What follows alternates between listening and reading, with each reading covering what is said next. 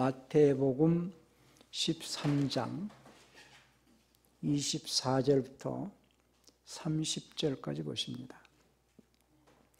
예수께서 그들 앞에 또 비유를 베풀어 가라사대 천국은 좋은 씨를 제밭에 뿌린 사람과 같으니 사람들이 잘 때에 그 원수가 와서 곡식 가운데 가라지를 덧뿌리고 갔더니 싹이 나고 결실할 때에 가라지도 보이거늘 집 주인의 종들이 와서 말하되 주여 밭에 좋은 씨를 심지 아니하였나이까? 그러면 가라지가 어디서 생겼나이까?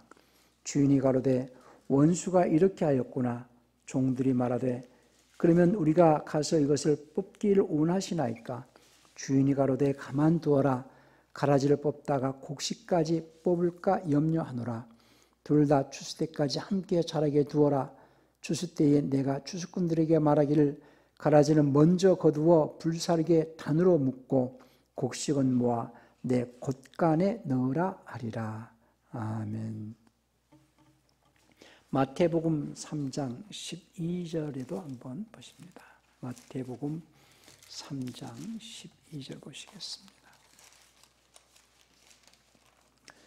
손에 키를 들고 자기의 타작마당을 정하게 하사 알곡은 모아 곶간에 들이고 죽정이는 꺼지지 않는 불에 태우시리라. 또 3장 12절에서는 곶간입니다. 기역 곶간, 영어 표현은 가너 이렇게 되어 있고요. 마태복음 13장 30절에서는 곶간, 시옷 곶간인데 반 이렇게 되어 있습니다. 오늘 설교 제목은 곶간은 천국을 말하는 것이고 곶간은 낙원을 말하는 것이다라는 내용을 가지고 말씀을 전합니다. 하나님은 농부이십니다.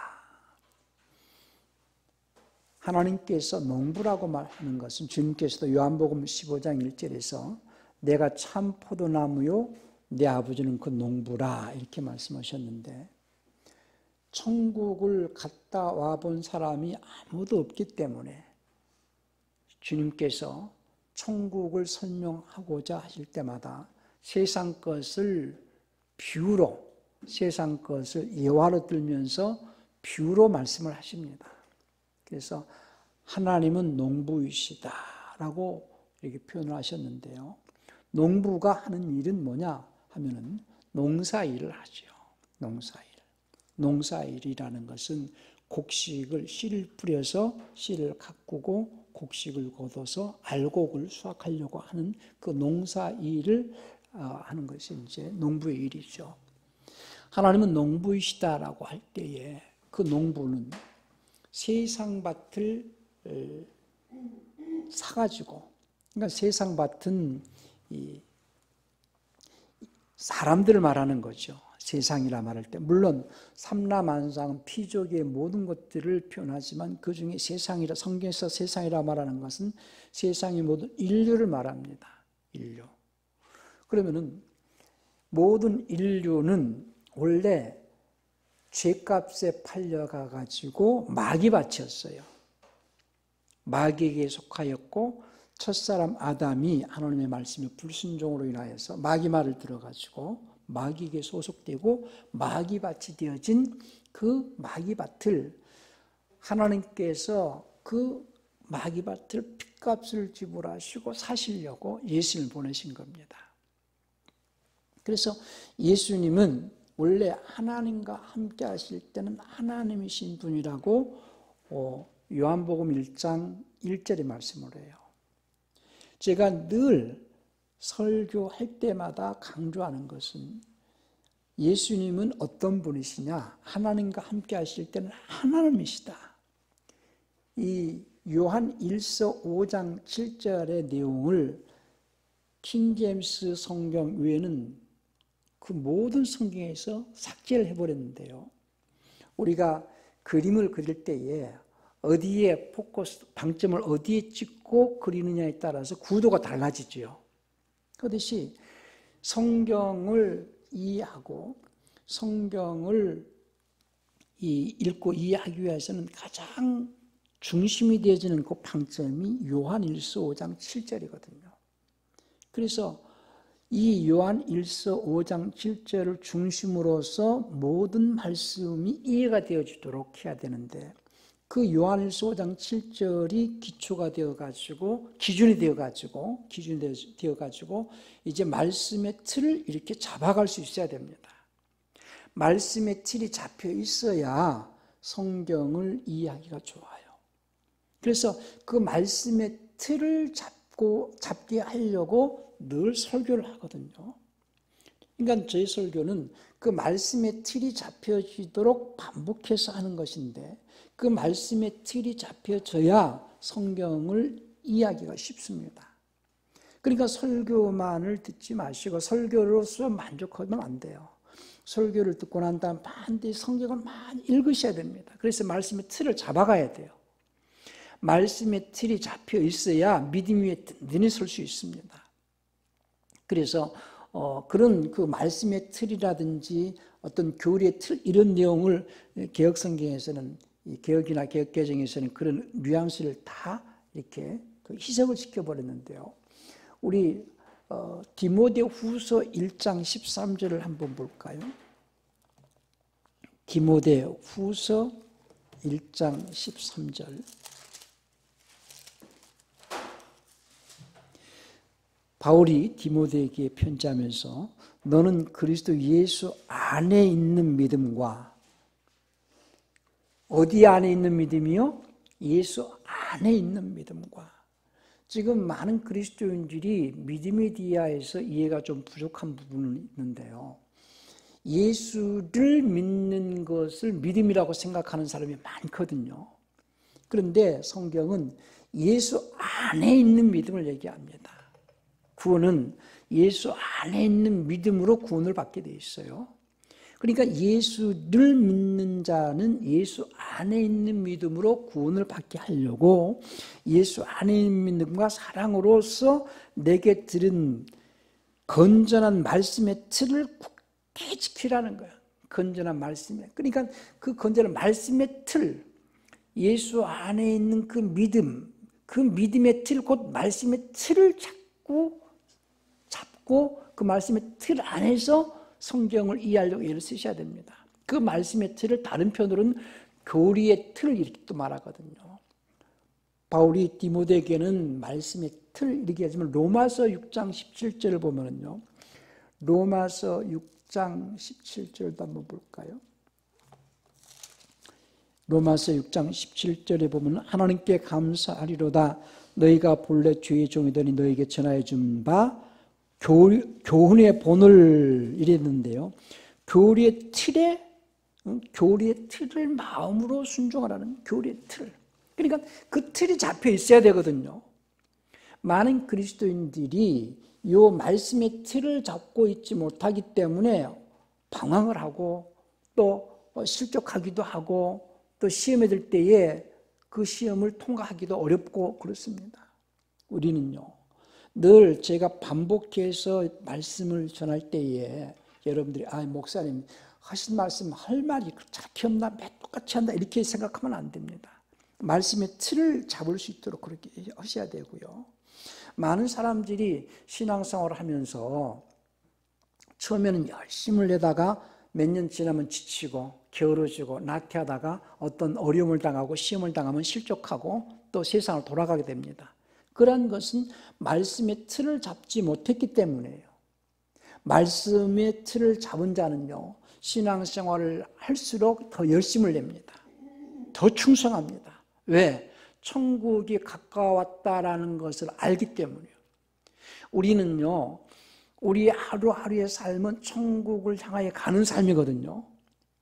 시간이 지날수록 천국이 더 가까워 있고 주님 볼 날이 더 가까이 와 있잖아요. 그 말씀의 틀이 잡혀져 있는 자들은 그 말씀의 틀 안에서 자기가 그 천국을 경험할 수 있고 성경을 더 깊이 이해할 수 있기 때문에 더 열심을 냅니다.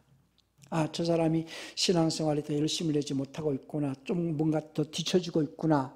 그러니 뒤처진 자들은 이제 어떻게 해야 돼? 끌고 가야 되거든요. 그러면 끌고 가는 것은 굉장히 어렵고 힘듭니다. 끌려가는 자도 힘이 들고 부담스럽고 끌고 가려고 하는 자도 부담스럽고 힘이 들어요. 그래서 오늘 그 비유로 주님 말씀하실 때에 이제 곡간 이런 얘기를 하지만요. 알곡과 쭉정이 얘기가 나오고 또 양과 염소 얘기가 나오잖아요. 그런데 양은 항상 목자가 앞에 가면 따라갑니다. 끌려가는 것이 아니고 따라간다 이거예요. 염소는 시골에서 염소 팔려고 오시는 분들 보면 이렇게 염소를 이렇게 매가지고 끌고 다니잖아요. 염소는 끌고 가는 짐승이고 양은 목자를 따라가는 짐승이라고 저는 그렇게 이해를 합니다. 신앙도 끌려가는 신앙생활이 되지 마시고 주님의 말씀을 쫓아서 따라갈 수 있기를 원합니다. 그러기 위해서는 말씀의 틀을 잡고 가야 된다. 그 말씀의 틀을. 그래서 말씀의 틀이 잡혀 있는 상태에서 우리가 설교를 듣고 성경을 읽을 때는 그 틀 안에서 뭔가 체계가 잡혀져 있거든요. 그래서 세상을 이겨나갈 수 있는 힘을 갖고 능력을 얻게 됩니다. 그렇기 때문에 말씀을 잘 들으시고 말씀의 틀을 또 잘 잡아갈 수 있기를 바랍니다. 그래서 먼저 기준이 요한일서 5장 7절이다. 그것은 모든 인류의 시작과 모든 만물의 시작점은 하나님으로부터 시작됐다. 그래서 하나님은 어떤 분이시냐? 아버님과 말씀님과 성신님, 이 삼위가 한 하나님이시다. 한 하나님이시다. 이 삼위가 한 하나님이신데 삼위 중에 1위가 되신 말씀님께서 이제 아버지께로부터 나왔다는 거예요. 그러면 스스로 나온 것이 아니라 아버지께서 보냈다는 거예요. 그런데 이 말씀님이신 분은 하나님과 함께 하실 때에 그분은 아들이 아니고 그냥 말씀님이세요. 아들이 아니고. 그러니까 우리는 그것을 잘 아셔야 됩니다. 아버님, 말씀님, 성신님, 삼위는 한 하나님이시다. 말씀님은 영원 전에 하나님 안에 계셨을 때는 그분은 아들이 아니고 말씀님으로 하나님과 동등한 삼위 중에 1위가 되신다. 그 말씀님께서 아버지께서 이제 보내셔서 세상에 오셨는데 오늘 말씀은 하나님께서 그 말씀님을 세상에 보내신 것은 이제 사람으로 오셔가지고 모든 인류가 죄 아래 팔려서 마귀밭이 되어져 있을 때에 하나님께서 피값 주고 사시려고 그 말씀님께서 육체 안에 오셨다. 그분이 바로 예수님이시다. 그래서 예수님은 어떤 분이냐? 하나님과 함께 하실 때는 하나님이신 분인데 그분이 육체 안에 오신 분이시다. 왜 육체 안에 오셨느냐? 육체 안에 오셔서 이제 자신이 사람으로 오셨다는 겁니다. 육체 안에 오셨다는 것은. 그래서 하나님과 함께 하실 때는 신성이신 분이, 하나님이신 분이 육체 안에 오셨다라고 할 때는 그 육체는 인성을 말하거든요. 그래서 신성이신 그분이 육체 안에 오셨다, 인성 안에 오셨다. 그래서 그 인성은 죄성이 있는 육체를 말합니다. 죄성 있는 육체. 그래서 죄 있는 육신의 모양으로 오셨다고 우리 로마서 8장 3절도 한번 볼까요?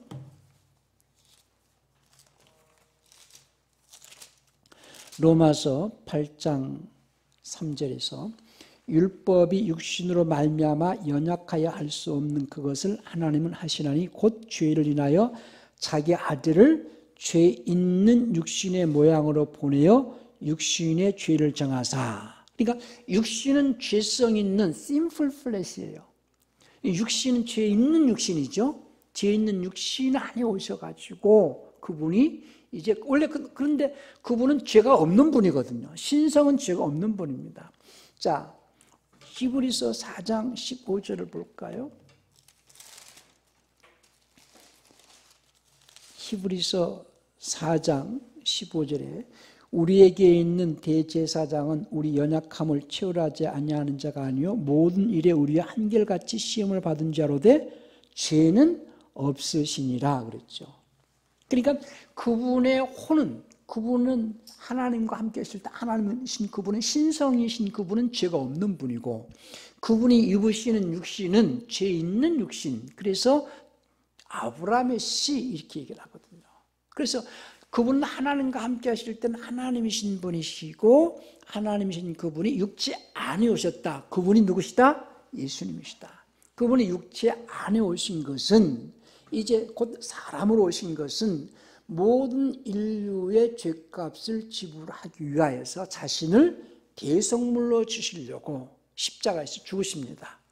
그래서 모든 인류의 죄값, 그 모든 인류의 죄값이라 하는 것은 아담이 불순종으로 지은 원죄를 말합니다. 원죄값을 지불해 주셨다. 그래서 그 비유가 다른 편으로는 하나님의 피값으로 사셨다는 거예요. 그래서 하나님께서 예수님이 십자가에서 피 흘리게 하심으로써 모든 인류는 하나님께서 피값으로 샀죠. 부분적인 것만 산 겁니까? 모든 인류를 산 겁니까? 온 인류의 죄값을 지불했어요. 그래서 요한일서 2장 2절에서 저는 우리 죄를 위한 화목제물이니 우리만 위할 뿐 아니요 온 세상의 죄를 위함이다 그랬을 때에 온 세상의 원죄값을 지불해 주셨다는 거예요. 그걸 다른 말로는 구원, 어디에서 구원이냐? 원죄에서 구원이요 마귀에게로부터 구원이요, 이런 표현이거든요. 그러니까 구원의 시작이죠. 예수님이 십자가에서 대속물로 자신을 주신 것은 온 인류의 죄값을 지불하셨다라는 것은 온 인류를 하나님의 밭으로 사셨다는 거예요. 그러니까 온 인류는 하나님의 밭입니다. 그래서 교회라는 것은 나는 하나님의 밭입니다라고 고백하고 나온 자들이 교회예요. 그런데 하나님께서 빚값 주고 산 밭임에도 불구하고 여전히 자기는 하나님의 밭이라고 고백하지 않는 자들이 많이 있죠. 자, 고린도전서 3장 9절에서 우리는 하나님의 동역자들이요 너희는 하나님의 밭이요 그랬어요. 그러면 너희가 하나님의 밭이라고 했을 때에 너희는 누구냐? 교회를 말하는데 원래 교회만 하나님의 밭이 아니라 하나님께서는 온 인류를 하나님의 밭으로 사시려고 핏값을 지불했죠. 근데 하나님께서 핏값을 지불해서 하나님의 밭으로 사셨다라는 것을 누가 알고 있어요? 믿는 자들, 그 사실 믿는 자들. 그래서 우리는 하나님의 밭입니다라고 나온 그들을 교회라 한다. 그래서 이제 사도행전 20장 28절을 보면은요, 너희는 자기를 위하여 또 온 양떼를 위하여 삼가라. 성령이 저들 가운데 너희로 감독자를 삼고 하나님이 자기 피로 사신 교회를 치게 하셨다. 하나님께서 피로 사셨다는 거예요. 그러니까 부분적으로 교회만 산 게 아니고 모든 인류를 샀는데 특별히 교회는 자신이 하나님께서 핏값 주고 사신 자라는 것을 알고 모인 무리를 교회를 한다 그 말이에요. 세상 사람들도 사셨죠, 하나님께서. 근데 그들은 그걸 인정하지 않아요. 우리는 하나님께서 날 핏값 주고 사셔가지고 난 하나님의 것이 됐고 하나님의 밭이 되었습니다 라고 고백하고 나온 자들이 됐습니다. 그렇다면 이제 우리가 하나님의 밭이 되었어요. 하나님의 소유가 되었고 하나님의 밭이 되었는데, 그러면 농부가 핏값을 주고 밭을 샀을 때에는 무엇 때문에 그 밭을 샀겠는가? 농부가 밭을 산 것은 그 밭에 씨를 뿌려서 농사 일을 하려고. 그래서 오늘 본 말씀이 마태복음 13장 24절에서 예수께서 그들 앞에 또 비유를 베풀어 가라사대 천국은 좋은 씨를 제밭에 뿌린 사람과 같으니, 이런 표현을 하는 거예요. 그러니까 농부가 씨를 뿌릴 때 좋은 씨를 뿌리죠. 그런데 누구 밭에 뿌려요? 자기 밭에 뿌린다는 거예요. 자기 밭에. 그러니까 우리는 하나님의 밭입니다라고 나온 자들만이 하나님이 뿌리는 씨, 곧 진리의 말씀을 받을 수 있죠. 내가 하나님의 밭입니다라고 고백하고 나왔다면 뭘 받아야 돼요? 밭은? 좋은 씨. 어떤 씨? 좋은 씨를 받아야 됩니다. 그런데 원수는 마귀죠. 원수는 하나님의 밭에다가 좋은 씨를 뿌리려고 하나님께서 이 밭을 사서 좋은 씨를 뿌렸는데 그 밭에다가 또 어떤 씨를 뿌린다고 그랬습니까? 가라지를 더 뿌린다고 그랬어요. 여기서 좋은 씨와 가라지는 어떤 것이 좋은 씨고 어떤 것이 가라지냐? 좋은 씨는 말 그대로 진리의 순수한 진리의 말씀을 말하는 것이고, 가라지는 진리의 말씀이 아닌 인간의 교리나 인간의 어떤 철학 또는 인간의 교훈, 이런 걸 말하는 거예요. 그러니까 설교는요, 인간의 교훈이나 교리를 말하거나 철학을 말하는 것이 아니라 순수한 말씀만을 전해야 된다는 거예요. 그래서 주님께서 미리 말씀하시기를, 이걸 다른 표현으로는 누룩이라고 비유하셨어요. 누룩. 그래서 바리새인과 서기관들의 누룩을 주의해라, 헤롯의 누룩을 주의해라, 이렇게 표현하셨거든요. 우리 마가복음 8장 15절을 볼까요? 누가복음 8장 15절입니다.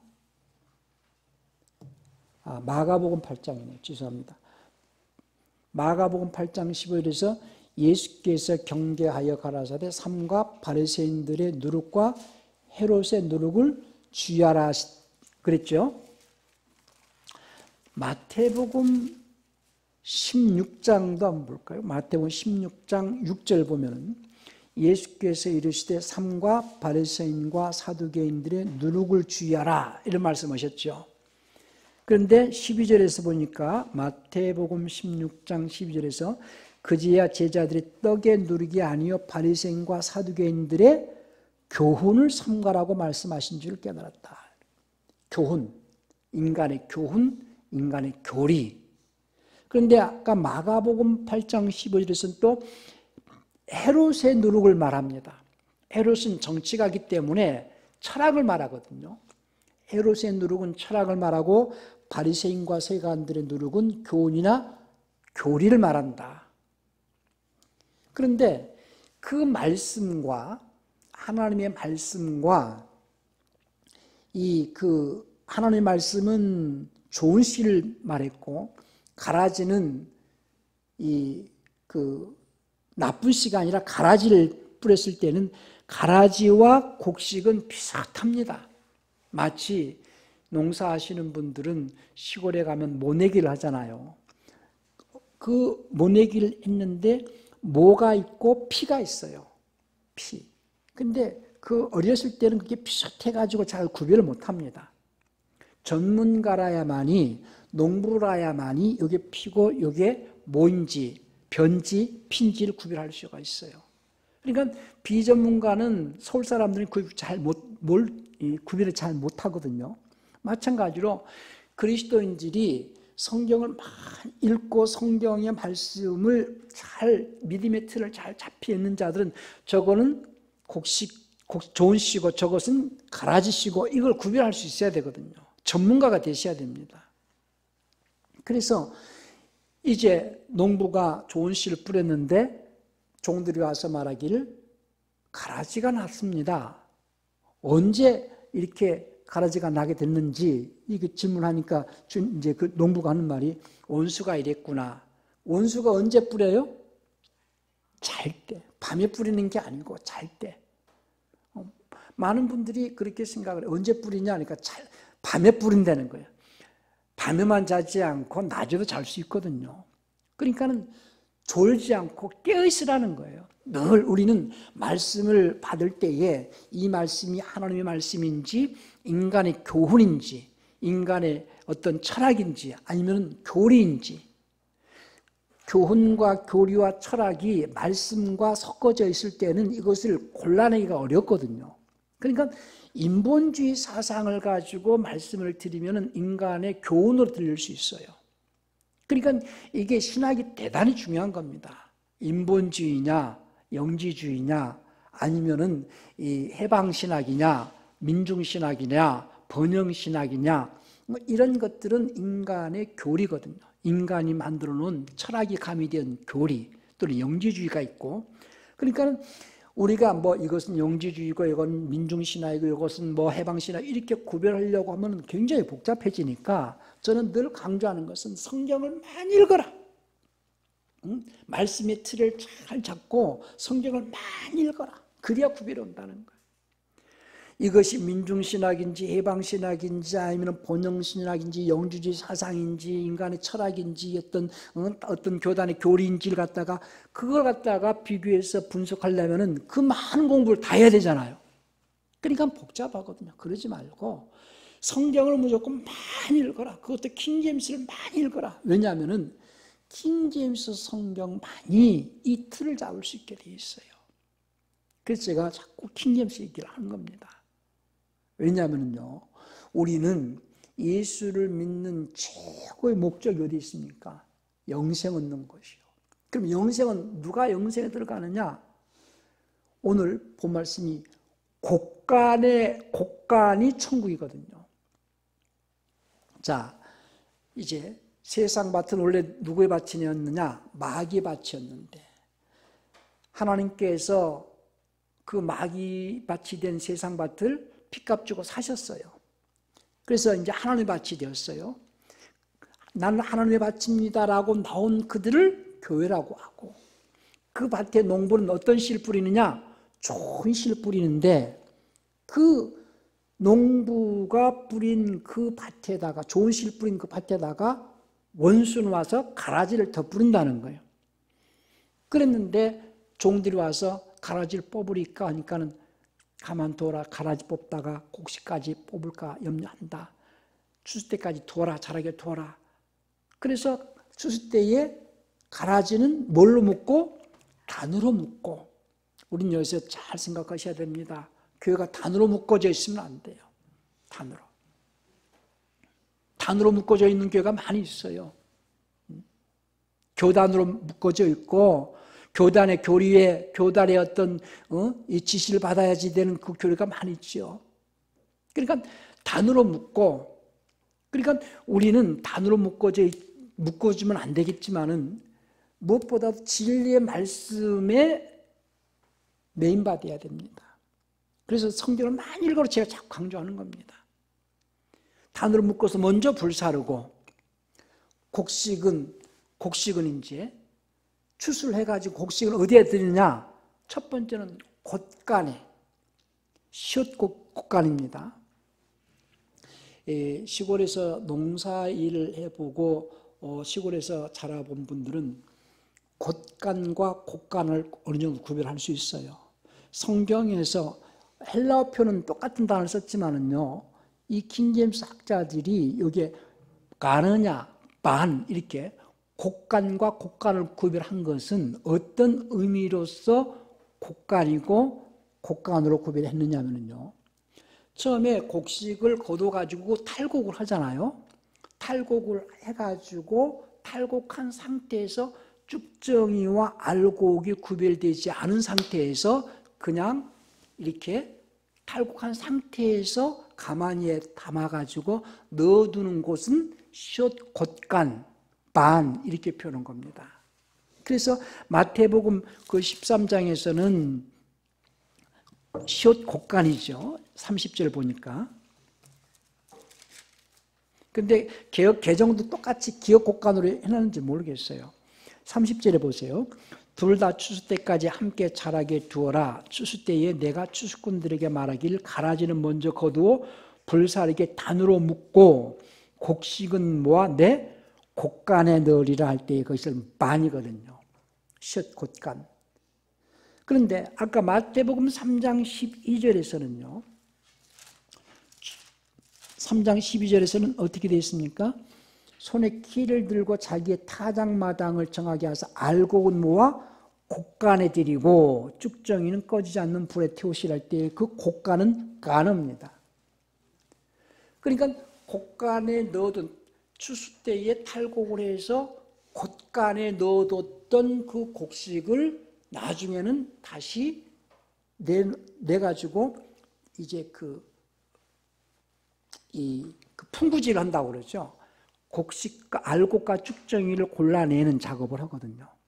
그래서 키질한다고 표현도 하고, 그러니까 그 키질할 때에 또는 어떤 그 바람에 이렇게 풍부지를 할 때에 쭉정이는 날아가 버리고 알곡은 이제 떨어지게 돼 있어요. 그래서 알곡은 모아서 곡간에 드리고 쭉정이는 또 불에 사른다고 그랬어요. 그러면 마태복음 13장에서 불에 사른다는 것은 가라지 불 사른다고 그랬죠. 마태복음 3장에서는 가라지 불 사른다고 그랬어요? 쭉정이 불 사른다고 그랬어요?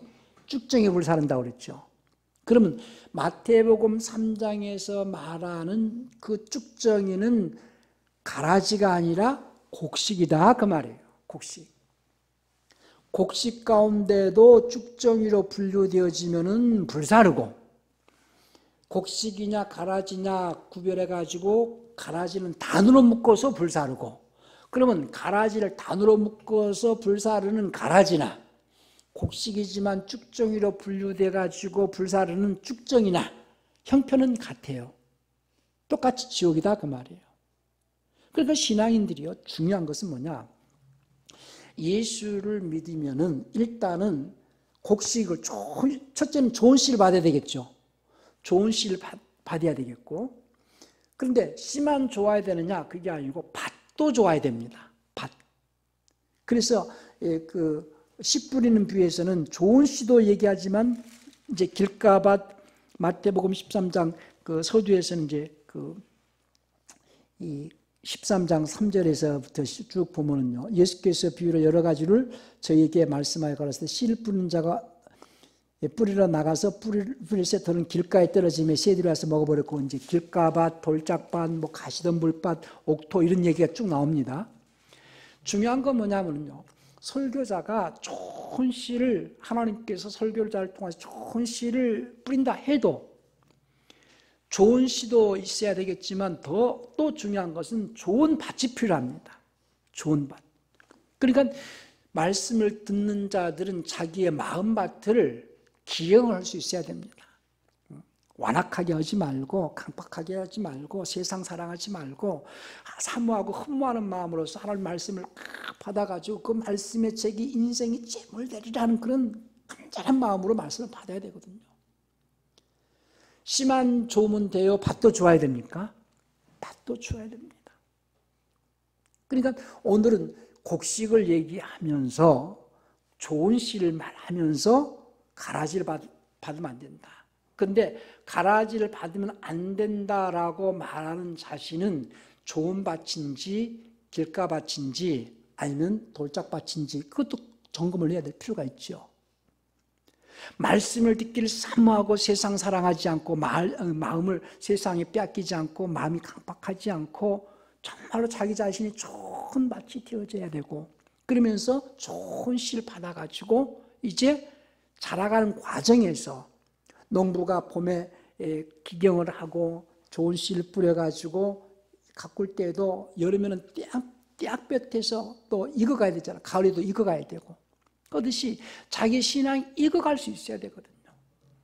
나중에 이제 추수 때에 하나님께서 추수꾼들에게 추수를 하게 할 때에, 물론 사람이 이제 예수를 믿다가 죽게 되잖아요. 예수 믿고 죽으면 처음에 들어가는 곳이 낙원입니다. 낙원을 오늘 곶간으로 비유한 거예요. 곶간. 그러니까 예수를 믿는 자는, 잘 믿는 자든 뭐 쭉정이든 알곡이든 예수를 믿으면 우선 어디로 들어가요? 낙원에 들어갔다가 낙원에 들어가 있는 자는 곶간에 들어가 있는 거죠. 쭉정이도 들어가 있고 알곡도 들어가 있어요. 근데 이 곶간, 곧 낙원에 있는 자들이 구별이 되질 때 처음에는 첫째 부활에 일어나는 자들은 알곡이 이제 일어날 거예요. 첫째 부활. 최고 좋은 상급의 그 곡식들이 첫째 부활에 일어날 거고, 그리고 둘째 부활 때에는 그리스도의 심판대 앞에 서게 될 겁니다. 자, 우리 고린도 후서 5장 10절을 볼까요? 고린도 후서 5장 10절에 이는 우리가 다 반드시 그리스도의 심판대 앞에 드러나 각각 선악간에 그 몸으로 행한 것을 따라 받으려 합니다. 그랬어요. 로마서 14장 10절에도 이제 하나님의 심판대로 바꿔놨는데요. 그리스도의 심판대입니다. 그것이 이제 계시록 20장 12절부터 15절까지 내용이거든요. 계시록 20장 12절부터 보십시다. 또 내가 보니 죽은 자들이 물은 대소하고 그 보좌 앞에 섰는데, 이제 그리스도 심판대 앞에 서는 거죠. 책들이 펴 있고 또 다른 책이 펴졌으니 곧 생명책이라. 죽은 자들이 자기 행위를 따라 책들에 기록된 대로 심판을 받으니 바다 그 가운데서 죽은 자들을 내어주고 또 사망과 음부도, 여기서 사망과 지옥입니다. 사망과 지옥도 가운데서 죽은 자들을 내어주매 각 사람이 자기 행위대로 심판을 받고 사망과 지옥도 불못에 던지우니 이것은 둘째 사망 곧 불못이라 그랬어요. 여기서 그 13절에서 14절 지옥, 개역성경은 음부로 되어 있는데요. 영어 표현으로는 헬로 되어 있고 지옥으로 되어 있죠. 헬라어 표현으로는 이 표현은 하데스입니다. 그래서 지옥을 하데스, 그리고 마지막 장소를 게엔나, 이건 불못은 저는 게엔나로 이해하거든요. 그러니까 예수를 믿고 죽으면 일단은 곡간에 들어갔다 하는 것은 낙원에 들어가고, 낙원에 있다가 나중에 그리스도 심판대 앞에서 알곡과 쭉정이를 골라낸다는 거죠. 거기까지는 쭉정이도 낙원까지는 갔는데 거기서 골라져 가지고 거기서 다시 불못으로 던져질 자가 생긴다는 거예요. 그러니까 예수를 믿는 자들이 굉장히 긴장해야 될 부분입니다. 이 부분은. 그러니까 저는 열심히 해야 됩니다 라고 말하기보다는 본인 스스로가 말씀의 틀을 딱 잡고 있으면 이 순서가 어떻다는 걸 알면은 옆에서 시켜서 하게 됩니까? 본인 스스로 알아서 하게 됩니까? 본인 스스로 알아서 하게 돼요. 그러니까 나는 알곡으로 자라가고 있어야 되는데 자기 자신을 늘 점검을 해야 되잖아요. 그래서 말씀을 듣는, 설교를 듣는 것은 자기 자신이 지금 알곡으로 자라가고 있는지, 아니면 내가 이렇게 신앙생활하다 쭉정이가 되겠다라고 생각이 들면은 빨리 정신을 차려야 되겠죠. 더 열심을 내야 되겠죠. 자, 보세요. 우리가 세상에 머물 시간이 더 많아집니까? 적어지고 있습니까? 천국이 더 가까이 다가오고 있잖아요. 그러면 세상에 머물 것을 많이 생각을 해야 됩니까? 천국에 들어갈 생각을 더 많이 해야 됩니까? 그러면 더 열심히 해야 되지 않겠어요? 그러니까는 본인 스스로가 내가 알곡으로 분류되어져 가지고 곳간에서 곡간으로 들어갈 수 있는 수준까지 내가 자라가리라 하는 마음을 가져야 된다는 거예요. 신앙생활이. 이거는 누가 시켜서 하는 것이 아니고 깨달으면 하게 돼 있어요. 목사가 이렇게 해야 됩니다. 저렇게 해야 됩니다. 그게 제일 피곤하다는 거예요. 부담스럽고. 본인 스스로가 목사님의 말씀이 성경에 이렇게 있구나. 이 말씀대로 살아가야지 하고 본인이 열심을 내라는 거예요. 지금 많은 교리와 어떤 그 신학의 이론에 의해서 이미 구원을 받았으니 이제 할 것이 없다 이렇게 가르치는 목사도 많아요. 그런데요, 성경을 자세히 보세요. 예를 들어서 이 고린도전서 3장 10절을 보면은 이제 그 집 짓는 비유가 나오는데요. 고린도전서 3장 10절부터 한번 볼까요?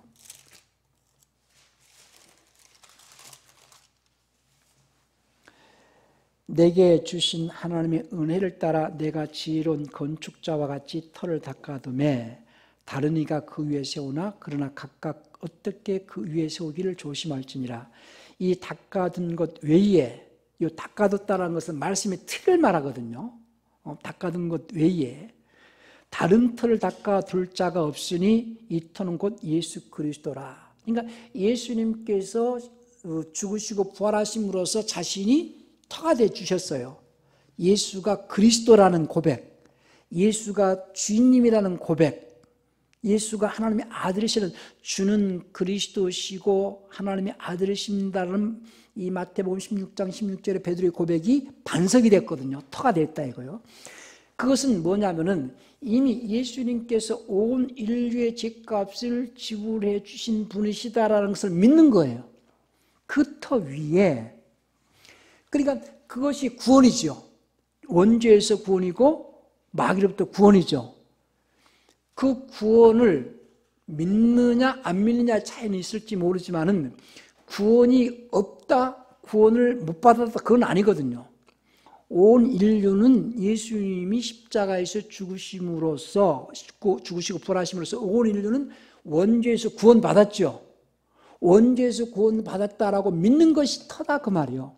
그것을 믿는다면 그 다음부터는 집을 지으라는 거예요. 집을 짓는데 어떤 자는 나무로 짓고 풀로 짓고 어떤 자는 보석으로 짓고 금으로 짓고 이렇게 짓는다는 거죠. 자, 보세요. 12절에 만일 누구든지 금이나 은이나 보석이나 나무나 풀이나 집으로 이 터 위에 세우면 각각 공력이 나타날 터인데 그날이 공력을 밝히리니, 그날이 언제냐? 그리스도 심판되죠.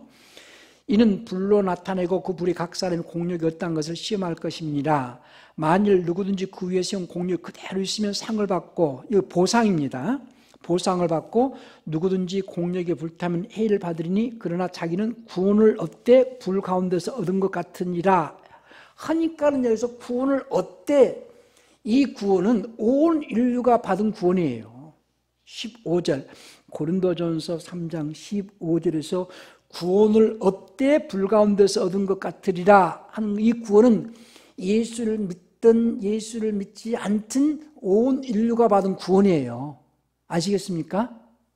이 구원은 구원을 받되 불 가운데서 얻은 것 같다라는 것은 쉽게 해서 쭉정이 돼가지고 불 가운데 들어갔다는 거예요. 요거는 지옥을 말하는 겁니다. 예수를 믿든 안 믿든 예수님이 십자가에서 대속을 통하여서 온 인류는 원죄에서 구원을 받았잖아요. 그 구원은 없어지지 않아요. 안 믿는다고 없어지고 믿는다고 존재하고 그러지 않아요. 믿든 믿지 않든 예수님의 대속으로 말미암는 인류의 구원은, 원죄에서의 구원은 없어지지 않습니다. 믿든 안 믿든. 그런데 이 구원받은 자들이 그 위에 집을 짓는데 보석으로 짓고 금으로 짓고 은으로 짓는 자는 그 공력이 그대로 살아있겠지만 나무나 풀이나 집으로 짓는 자들은 불로 심판하실 때에 없어져 버린다는 거예요. 예? 근데 뭐는 남아있어요? 그 터는 남아있다. 예수가, 저들이 예수를 믿는다고 해서, 저들이 예수를 안 믿는다고 해서 그 터가 없어지는 건 아니다 그 말이에요. 예수님이 저들이 안 믿으니까 예수가 하나님의 아들이 아니시고 예수가 그리스도가 아니시고 그런 건 아니잖아요. 저들이 믿든 안 믿든 예수님은 그리스도세요. 믿는 자들이 그리스도라고 막 추앙해 주니까 예수님이 그리스도가 되신 겁니까? 그렇지가 않아요. 예수를 믿든 예수님을 안 믿든 간에 상관없이 예수님은 그리스도세요. 하나님의 아들이세요. 그렇죠? 그러니까 안 믿는다고 해서 그 터가 없어진 것은 아니다 그 말이에요. 우리는 그걸 잘 아셔가지고 우리의 신앙생활은 다른 사람들처럼 나는 구원을 받았다, 그래서 구원이 완성됐다고 그렇게 생각하면 안 됩니다. 나는 구원을 당신만 받은 게 아니라 예수를 안 믿는 자도 구원 받았다.